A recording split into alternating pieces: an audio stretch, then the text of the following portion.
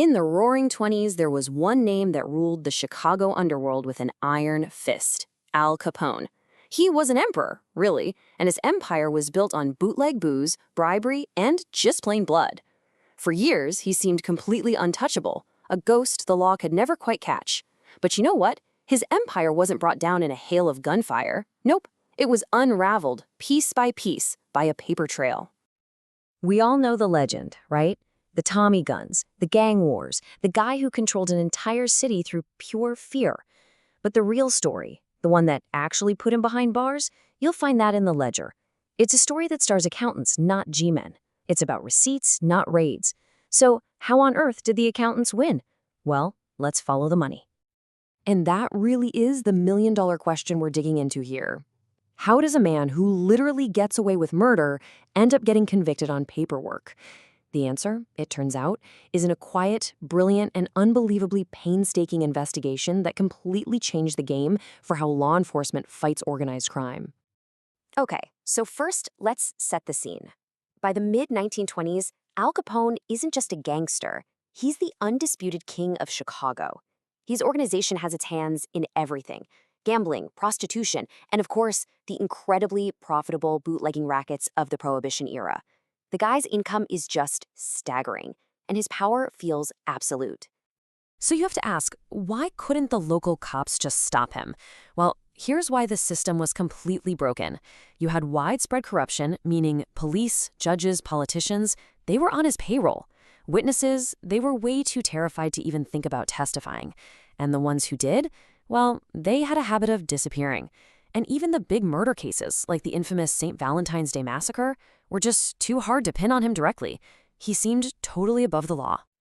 So the federal government gets fed up, and they decide to pivot. They come up with a whole new angle of attack, a strategy that's going to lead them to an accidental but game-changing clue.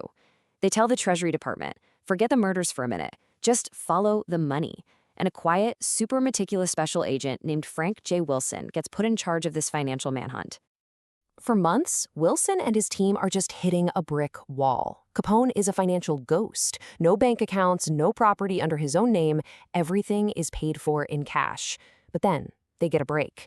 While they're digging through boxes of old evidence from a raid that happened years ago, Wilson finds it. A dusty, forgotten ledger seized from one of Capone's gambling dens. And what was inside that ledger? Oh, just the smoking gun. It was a perfectly kept accounting of the daily profits from just one of Capone's gambling parlors, the Hawthorne Smoke Shop. I mean, just look at these numbers. We're talking over $500,000 in net profit in just a little over 2 years. This wasn't just a clue. This was a roadmap to all of Capone's untaxed cash. Now, the ledger was amazing proof of income, but Wilson still had one problem. He had to tie it directly to Capone himself. So the investigators track down the bookkeeper, a guy named Leslie Shumway, who confirms, yep, that's my handwriting in the book, and then he gives them the solid gold link they've been searching for, stating under oath that he took his orders directly from Mr. Alphonse Capone. So with that ledger and Shumway's testimony, the entire focus of the investigation just snaps into place. It's not about proving Capone is a murderer or a bootlegger anymore. Now it's all about proving he has an income. A massive, undeclared, and totally untaxed income. And this gets to the absolute heart of the case, this legal principle right here. Thanks to a Supreme Court ruling, even money you make illegally is still taxable. I mean, the government doesn't care if you're selling booze or Bibles. If you make a buck, they want their piece. And Capone? He had never filed a single income tax return in his entire life. The crime wasn't the gambling. The crime was hiding the profits. And this was their playbook, their methodical plan. It was brilliant. First, you document Capone's ridiculously lavish spending to prove he's got a huge cash flow.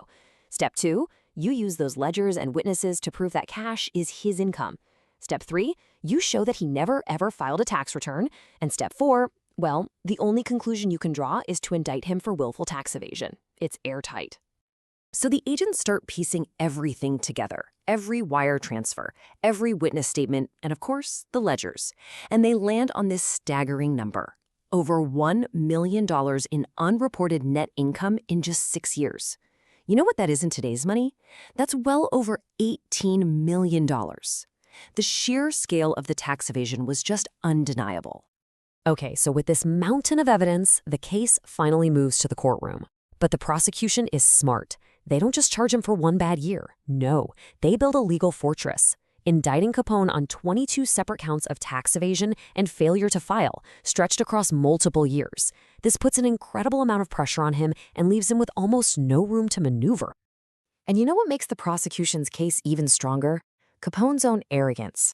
They bring in witnesses from that old raid on the Hawthorne smoke shop. One of them, Chester Bragg, testifies that when he blocked the door, Capone just shoved his way in, declaring, "I am the owner." I mean, talk about a fatal, unforced error.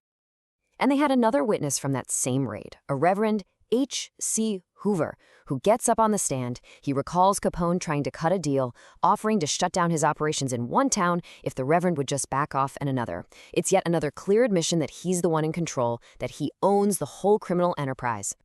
Then, the prosecutors start painting this incredibly vivid picture of Capone's lifestyle for the jury. They show receipts for custom-made suits, expensive furniture, huge hotel bills. They even bring in a salesman from a fancy department store to testify about Capone buying $12 silk underwear. The message to the jury was crystal clear. How can a man with no official job possibly afford all of this?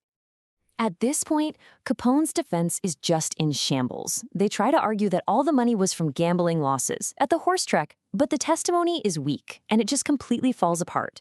The prosecution's case, on the other hand, built on cold, hard numbers and receipts, is an undeniable mountain of proof. The paper trail had him completely cornered.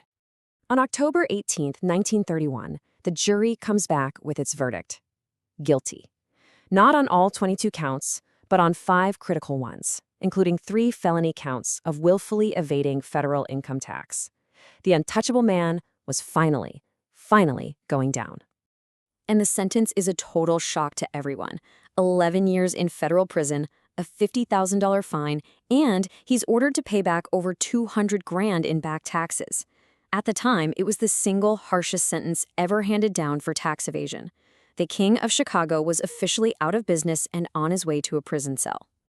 And this really brings us to the biggest myth about this whole case. You always hear people say, oh, they just settled for tax evasion because they couldn't get him for anything else. But the actual case file tells a totally different story. This wasn't a last resort. It was a masterstroke. It was a precise federal weapon designed to bypass the corrupt local courts, go straight for the source of his power, his money, and get a long prison sentence that a murder charge never could. So the Capone case didn't just end one guy's reign of terror. It literally created an entirely new playbook for federal law enforcement. Following the money. That became the #1 strategy for taking down criminal organizations from the top, and it's a tactic that's still being used to this day. It really leaves you with a fascinating question, doesn't it? In the end, Al Capone's Tommy guns and his army of thugs were just no match for Frank Wilson's neat columns of figures. It just goes to show you that sometimes the most powerful weapon isn't a gun at all. It's a ledger.